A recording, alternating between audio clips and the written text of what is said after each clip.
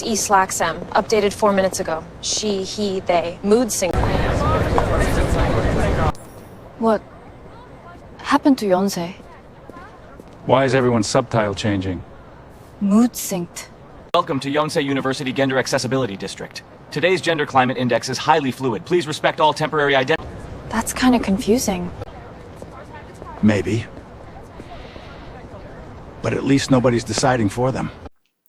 We noticed how gender and sexuality have become part of the everyday campus culture in 2126. Instead of simply assuming someone's identity from their appearance, our identity was displayed through technology. Pronouns appeared on wristbands and holograms, and some pronouns even changed in real time.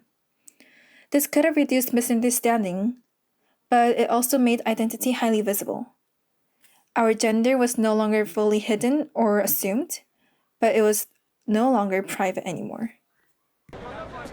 Why stay one identity, one gender forever? At BioShift Clinic, identity moves as fast as your emotions. I thought our generation was obsessed with appearance.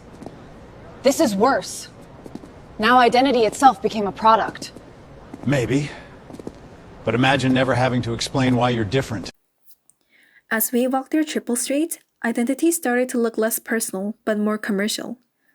The advertisements were no longer selling beauty in the traditional sense. They were instead selling masculinity, femininity, hormones, and even temporary bodies.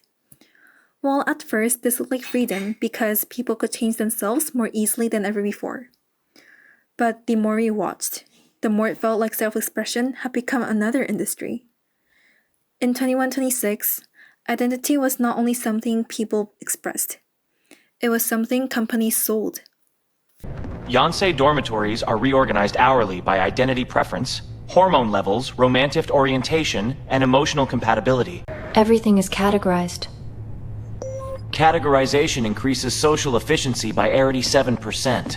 That's creepy. But I envy one thing. What?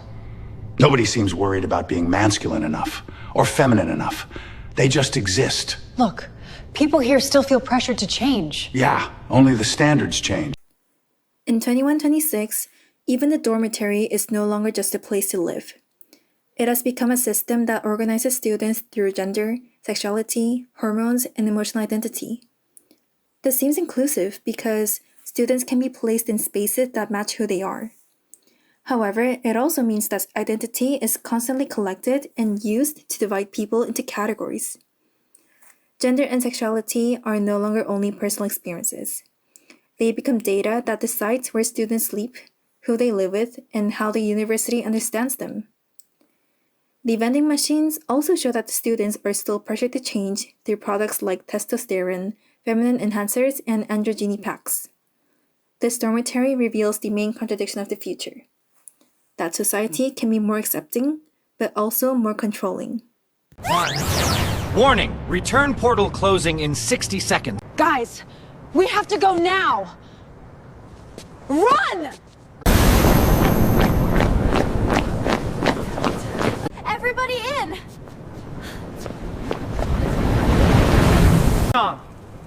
John? John, hurry! I'm staying. This future isn't perfect.